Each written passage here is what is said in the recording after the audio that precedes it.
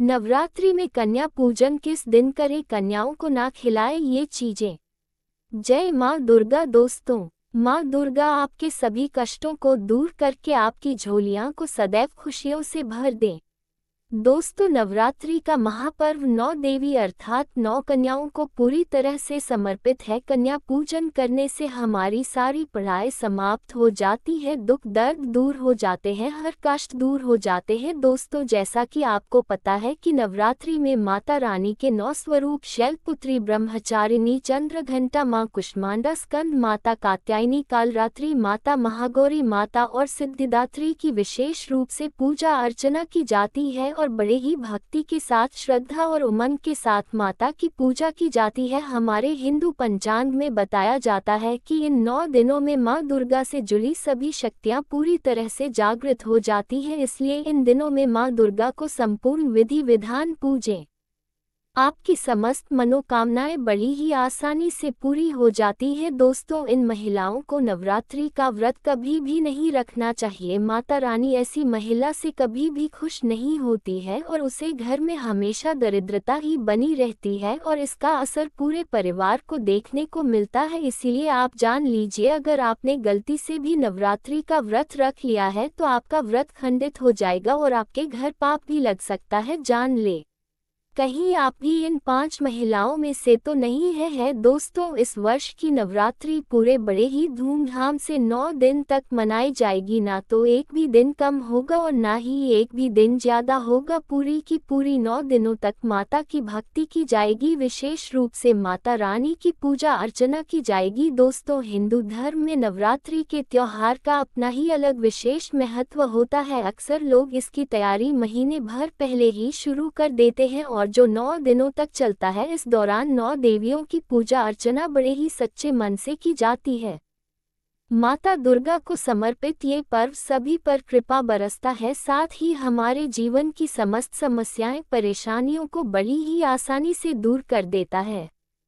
साल की दूसरी नवरात्रि, जिसे हम शारदीय नवरात्रि कहते हैं, बहुत ही जल्दी शुरू होने वाली है। यह आश्विन माह की शुक्ल पक्ष की प्रतिपदा तिथि से शुरू होती है। इस बार दोस्तों, नवरात्रि का जो विशेष पर्व है, जो नवरात्रि की नवरात्रि होती है, यानी नवरात्रि, आपको बता दें, जो नवरात्रि के पूरे 9 दिन होते हैं ना, वह गंगाजल की एक एक बूंद की तरह ही पवित्र होते हैं। जिस तरह गंगाजल एकदम से पवित्र होता है, नवरात्रि के 9 दिन भी उसी समान पवित्र होते हैं। ये शुभ 9 दिन के लोग भक्तों के जीवन में विशेष फलों की सौगात लेकर आते हैं। आपको बता दें, साल 2024 में इस साल माता दुर्गा ना तो शेर पर सवार होकर आ रही है और ना ही किसी और सवारी पर आ रही है, बल्कि वह इस बार पालकी में सवार होकर पृथ्वी लोक पर पधारने वाली है। शास्त्रों में बताया जाता है कि ऐसी मान्यता होती है, अगर शारदीय नवरात्रि पर यदि माता दुर्गा का आगमन उनके वाहन शहर पर नहीं होता है बल्कि पालकी पर होता है, तो ऐसी मान्यता होती है कि माता दुर्गा का पालकी पर सवार होकर पृथ्वी लोक पर आना बहुत ही ज्यादा शुभ और मंगलकारी माना जाता है। जीवन एकदम से सुखमय हो जाता है, भक्ति का आनंद भरपूर रूप से भक्त जनों को मिल जाता है और इन 9 दिनों में माता रानी की सच्चे हृदय से भक्ति करके उनकी कृपा प्राप्त करते हैं। दोस्तों, इस बार नवरात्रि पूरे 9 दिनों तक ही मनाई जाएगी। ना तो नवरात्रि में एक भी दिन कम होगा और ना ही नवरात्रि में एक भी दिन ज्यादा होगा। पूरे के पूरे 9 दिनों तक ये बड़े ही धूमधाम से नवरात्रि मनाई जाएगी। माता वैष्णो देवी की विशेष रूप से पूजा आराधना की जाएगी। दोस्तों, शारदीय नवरात्रि का महापर्व इस बार साल 2024 में 3 अक्टूबर यानी कि गुरुवार के दिन से शुरू होने वाला है, जिसका माता रानी के भक्त बड़ी बेसब्र से इंतजार कर रहे हैं। और दोस्तों, अक्टूबर 12 को शनिवार के दिन माता रानी की नवरात्रि का समापन हो जाएगा। शारदीय नवरात्रि के दौरान माँ दुर्गा जी बहुत ही ज्यादा प्रसन्न मुद्रा में होती है। कहने का मतलब यह है कि अगर आप शारदीय नवरात्रि के दौरान माता रानी जी की थोड़ी सी भी पूजा पाठ साधना करेंगे तो आपको उनका आशीर्वाद और वरदान जरूर प्राप्त होगा। तो आप सभी को पता है कि नवरात्रि का पावन दिन बहुत ही जल्दी शुरू होने वाला है। हम सब उसे दिन का बहुत ही बेसब्र से इंतजार करते हैं दोस्तों। साल 2024 में इस बार माता दुर्गा सिंह पर नहीं बल्कि पालकी पर सवार होकर पृथ्वीलोक पर पड़ने वाली है। शास्त्रों में कहा जाता है कि मान्यताओं के अनुसार अगर शारदीय नवरात्रि पर यदि माता दुर्गा का आगमन उनके वाहन सिंह पर नहीं बल्कि पालकी पर होता है तो मान्यताओं के अनुसार कहा जाता है कि इसे बहुत ही शुभ और कल्याणकारी माना जाता है। हमारा जीवन एकदम सुख में हो जाता है। भक्तों को भरपूर नवरात्रि का लाभ मिलता है। दोस्तों, इस बार नवरात्रि पूरे 9 दिनों तक ही मनाई जाएगी। ना तो एक भी दिन काम होगा ना एक भी दिन ज्यादा होगा। पूरे 9 दिनों तक माता शेरावाली की विशेष रूप से पूजा अर्चना की जाएगी। दोस्तों, ऐसे में आप अष्टमी और नवमी को इन दोनों तिथियां में कन्या पूजन अवश्य ही करें। कन्याओं को भोजन कारण शास्त्रों में 9 दिन के नवरात्रों को बहुत ही ज्यादा शुभ और कल्याणकारी कहा जाता है और वहीं 8 दिन के नवरात्रि को अच्छा नहीं माना जाता। ऐसे में 10 दिनों के नवरात्रि भी शुभ माने जाते हैं। शास्त्रों के अनुसार नवरात्रि के दिनों में माता रानी का पूजन करने से, कन्या पूजन करने से मन अभय वरदान प्रदान कर देती है। कुंडली में जो कष्ट होते हैं माता रानी उन्हें ठीक कर देती है। इसी तरह ही सच्चे हृदय वाले व्यक्ति के सभी कष्टों का बड़ी ही आसानी से माता रानी निवारण कर देती है। माता रानी की उपासना से विनम्रता का विकास उत्पन्न होता है।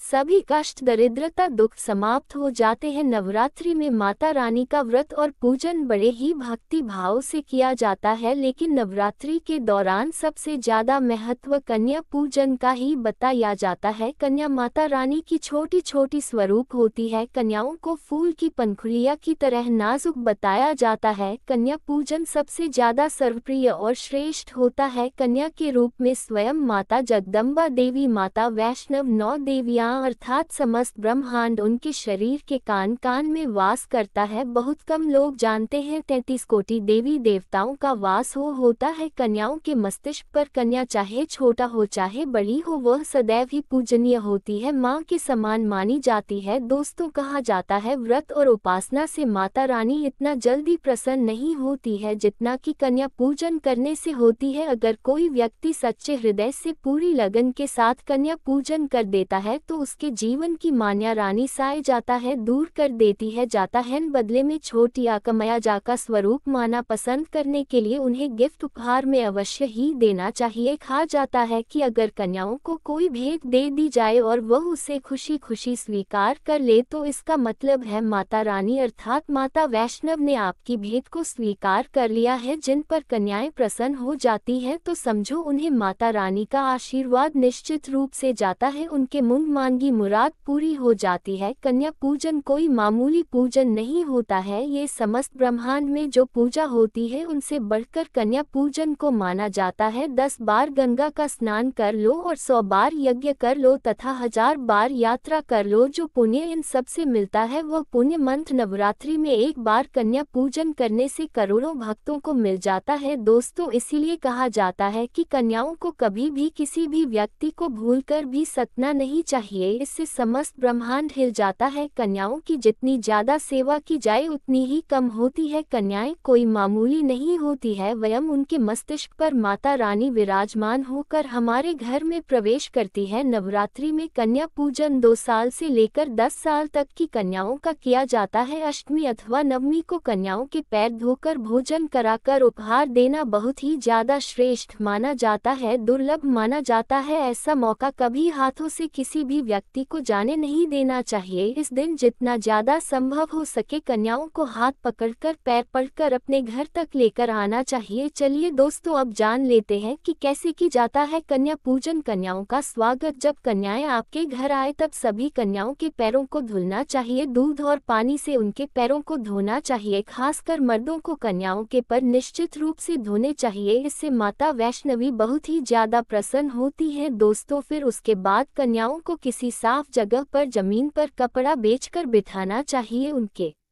माथे पर अक्षत कुमकुम फूल और रोली लगाना चाहिए, लेकिन हमेशा याद रखें कन्याओं को खाना खिलाते समय कभी भी उनकी थाली में एक साथ 3 पुरियां नहीं रखनी चाहिए। इसे बिल्कुल भी शुभ नहीं माना जाता। इससे व्यक्ति को भर पाप लगता है, क्योंकि 3 पूरी तथा 3 रोटी करने वाले व्यक्ति के लिए ही निकल जाती है और जेल में कैदियों को लिए भी 3 रोटी ही दी जाती है। ऐसे में कन्याओं को उनकी थाली में कभी भी 3 पूरी एक साथ नहीं देनी चाहिए, लेकिन हाँ, आप चाहो तो 1 पूरी 2 पूरी करके दे सकते हो। इससे 3 संख्याएं बढ़ जाती हैं और व्यक्ति को दोष भी नहीं लगता है। दोस्तों, कन्याओं को खाना खिलाने के बाद अंतिम में उनके सर पर आपको लाल चुनरी उड़ानी चाहिए और भोजन में आपको खीर पूरी हलवा चना तथा आलू छोले वगैरह की सब्जी बनानी चाहिए। दोस्तों, माता रानी को प्रिय भोजन खीर हलवा पूरी है, लेकिन भूल से भी आपको एक बात का याद रखना है कि माता रानी के भजन में आपको लहसुन प्याज का बिल्कुल भी इस्तेमाल नहीं करना है, अन्यथा घोर अनर्थ हो जाएगा। आपको पुण्य की जगह पाप मिल जाएगा। आप आपके भागी बन जाओगे। कई लोग कन्याओं को कुरकुरे का चिप्स पैकेट वगैरह खिलाते हैं, जो कि घोर होता है, क्योंकि उनमें लहसुन प्याज का इस्तेमाल किया जाता है, जिसके कारण आपका व्रत भी खंडित हो जाता है। माता दुर्गा आपसे बहुत ही ज्यादा नाराज हो जाती है। दोस्तों, कन्याओं को कभी भी डब्बा बंद कोई भी ऐसी चीज नहीं खिलानी चाहिए जिसमें लहसुन प्याज का इस्तेमाल होता हो। कई चीज तो ऐसी मार्केट में आजकल मिलती है जिसके अंदर लहसुन प्याज का इस्तेमाल किया जाता है। ऐसा आप कभी मत करना। आप कन्याओं को बाहर से मांगा हुआ रेडीमेड खाना लाकर बिल्कुल भी मत खिलाना। चाहे आप अपने घर पर रोटी ही क्यों ना बनो, लेकिन माता रानी को अपने हाथों से बनाया हुआ ही खाना खिलाना चाहिए, क्योंकि दोस्तों, मार्केट से रेडीमेड खाना वही लोग खिलाते हैं जिनके घर में कोई दुर्घटना हो जाती है, या जिनके घर में कोई सदस्य बीमार हो जाता है, या जिनके घर में मुसीबत होती है, तब आप ऐसा खाना खिला सकते हैं। दोस्तों, हमेशा एक बात की ध्यान रखनी चाहिए कि कन्याओं को प्लास्टिक के बने धोने में खाना खिलाना चाहिए। ऐसे बर्तन पूजा पाठ के लिए शुभ नहीं होते हैं, क्योंकि प्लास्टिक के ज्यादातर बर्तन जो होते हैं जानवरों की हड्डियों से बनाए जाते हैं, इसीलिए ऐसा पाप कभी नहीं करना चाहिए। हमेशा स्टील के बर्तन या पत्तों से बने बर्तनों में ही भोजन करना चाहिए, बहुत ही शुभ माना जाता है। अगर पेड़ के पत्ते में भोजन करते हैं तो माता रानी अभय वरदान प्रदान करती है। दोस्तों, एक बात का आपको निश्चित रूप से ध्यान रखना है कि यदि नवरात्रों के समाप्त होने के बाद यदि बीच में कन्या पूजन में शुक्रवार का दिन पड़ जाए तो कन्याओं को कोई भी खट्टी चीज भूलकर भी नहीं खिला लानी चाहिए, क्योंकि शुक्रवार का दिन माता संतोषी का दिन होता है और नवरात्रि के दिनों में माता संतोषी सक्रिय अवस्था में हो जाती है, यानी वह भी 9 देवियों के साथ में आपके घर में वश करने के लिए आ जाती है। इसीलिए कन्याओं को भूलकर भी शुक्रवार के दिन नवरात्रि में खट्टी चीज बनाकर नहीं खिलानी चाहिए, वरना आपको घोर पाप लगेगा। आपका क्या कराया सब बर्बाद हो जाएगा। खट्टी चीज से माता संतोषी बहुत ही ज्यादा नाराज हो जाती है, इसीलिए नादान ना बने। दोस्तों, भोजन करने के बाद कन्याओं की थाली में आपको एक लांग जरूर रखना चाहिए, क्योंकि लौंग माता देवी शक्ति तथा दुर्गा माँ को बहुत ही ज्यादा प्रिय है। लौंग माता शक्ति का ही प्रतीक मानी जाती है। लौंग में नवदुर्गा का वास होता है। इन 9 दिनों में माता रानी को लौंग का भोग भी लगाया जाता है और माँ रानी की पूजा में भी लौंग का उपयोग किया जाता है। तो खाना खाने के बाद कन्याओं को लौंग अवश्य अर्पित करनी चाहिए। माता रानी को अमृत से बढ़कर लौंग फ्री है, इसीलिए कन्याओं को थाली में चुपचाप एक लौंग रखकर जरूर देनी चाहिए। आपका भाग्य साथ में आसमान पर पहुंच जाएगा। माता लक्ष्मी आपके जीवन में धान की कभी कोई कमी नहीं आने देगी। दोस्तों, आपको बता दे, कन्याकन को उपहार में क्या दिन कन्याओं को खुश करने के लिए उनकी थाली में आपको थोड़ी बहुत दक्षिणा तो अवश्य ही देनी चाहिए, ताकि आपके घर में संपन्नता बनी रहे और धन की कभी कोई कमी ना हो। कन्या जब आपके घर से खुशी खुशी धन लेकर जाएगी तो वह भी आपको खुशी खुशी कई गुना धन प्रदान करेगी। इस समय कंजूसी नहीं करनी है, खुशी खुशी कन्याओं को धन अवश्य दे देना है। कन्याओं को कोई सुंदर गिफ्ट भी भेंट कर सकते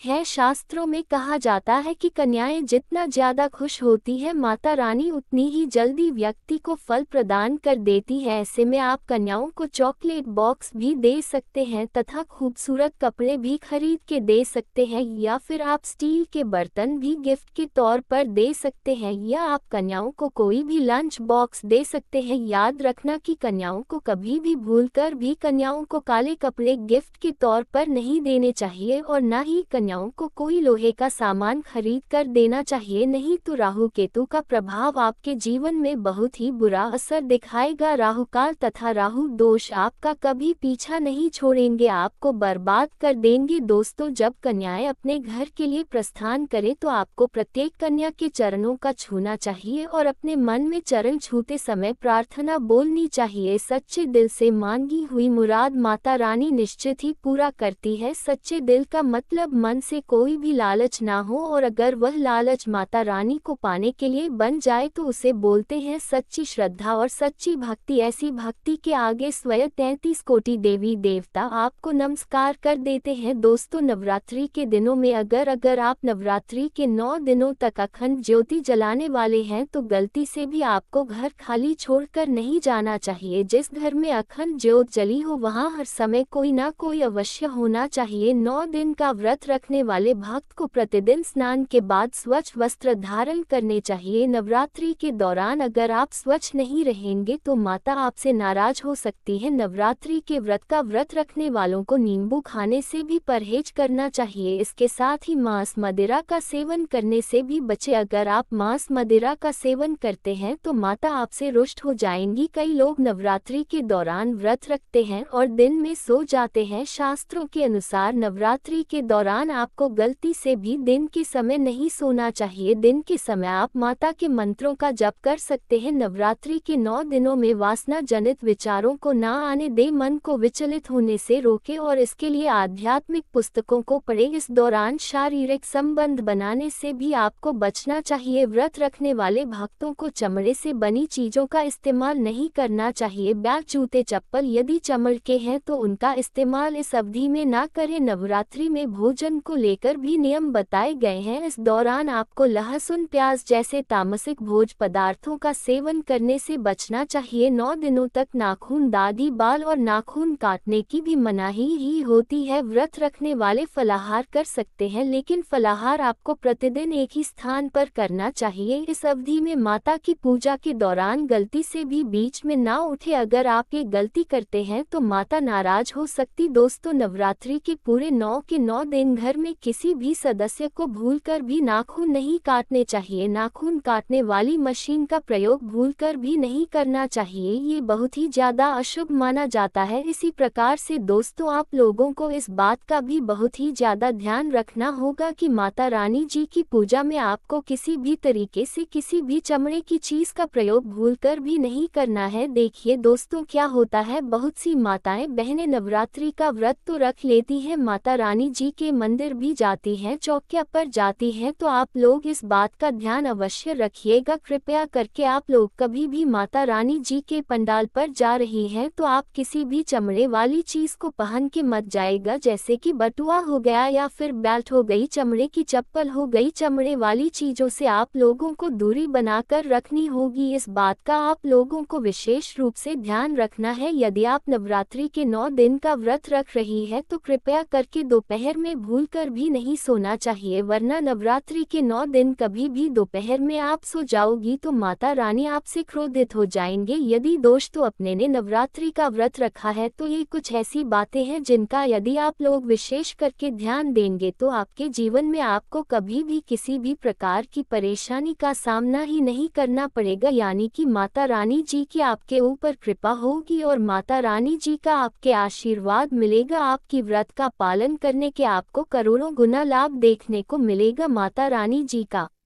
आपके आशीर्वाद मिले तो सबसे पहले आपको इस बात का ध्यान रखना होगा कि यदि आप माता रानी जी के लिए 9 दिन का व्रत रखने जा रहे हैं तो आपको लाल कपड़े पहन करके माता रानी जी की पूजा अवश्य करनी होगी। देखिए दोस्तों, माता रानी जी को लाल रंग बहुत ही ज्यादा प्रिय होता है। यदि लाल रंग का प्रयोग करते हुए आप माता रानी जी की पूजा पाठ करेंगे तो आपकी पूजा जरूर सिद्ध हो जाएगी। आपका पूजा का पालन करेंगे तो आपको करोड़ों गुना लाभ देखने को मिलेगा। दूसरा, आपको इस बात का विशेष रूप से ध्यान रखना होगा, आप जब भी आप माता रानी जी के लिए पूजा पाठ करने जा रही हो तो पूजा पाठ करने से चौकी के पास थोड़ा सा गंगाजल का छिड़काव प्रतिदिन आपको अवश्य कर लेना है। गंगाजल का छिड़काव करने के पश्चात ही माता रानी जी की पूजा पाठ करेगा। ये बहुत ही ज्यादा शुभ बताया जाता है। यदि आप माता रानी जी की पूजा में माता रानी जी को लाल गुड़हल का फूल अर्पित कर देती हैं तो ये बहुत ही ज्यादा शुभ और मंगलकारी होता है। देखिए, लाल गुल का जो फूल होता है ना, वही ऐसा एक फूल होता है जो माता रानी जी के 9 अलग अलग स्वरूपों को एक साथ अर्पित किया जाता है। तो माता रानी जी की पूजा में यदि आप लाल गुलहड़ के फूल का प्रतिदिन उनको अर्पित कर रही है तो माता रानी के 9 अलग अलग स्वरूपों का आपके आशीर्वाद आवास या मिल जाएगा। यदि आपने व्रत रखा है तो व्रत के दौरान में सीताफल का प्रयोग करेंगे तो इससे माना जाता है कि माता सीता जी का आपके आशीर्वाद अवश्य ही मिलता है। और माता रानी जी को यदि आप सीताफल अर्पित करेंगे तो इससे भी आपको माँ रानी का आशीर्वाद देखने को मिलेगा। नवरात्रि के दिनों में बहुत से लोग व्रत में होते हैं, ऐसे में कला करने से बचना चाहिए क्योंकि कल से वृद्धारण्यम तहाँ संपत्ति ना, जहाँ कुमति तहाँ विपत निदाना। लड़ाई झगड़े वाले घर में लक्ष्मी नहीं ठहरती। माना जाता है कि व्रत करने वाले को नवरात्रि 9 दिनों तक अपना समय फिजूल की बातों में न लगाकर धार्मिक ग्रंथों का अध्ययन करना चाहिए। इन दिनों दुर्गा चालीसा या दुर्गा सप्तशती का पाठ कर सकते हैं। नवरात्रि के पावन दिनों में साविता का विष ध्यान खाना चाहिए। आहा, व्यव और वीर में आपके साविता होना जरूरी है, तभी नवरात्र के व्रत का पूरा लाभ मिल सके। आप इन दिनों प्याज, लहसुन और मांस मदिरा का सेवन न करें। नवरात्र के 9 दिनों तक पूर्ण सात्विक आहार लेना चाहिए। ननाव है, इन दिनों में महिलाओं और पुरुष दोनों को ब्रह्मचर्य का पालन करना चाहिए। माँ की पूजा अर्चना साफ मन से करने से ही माँ प्रसन्न होती है, इसलिए इन दिनों शारीरिक संबंध नहीं बनाने चाहिए।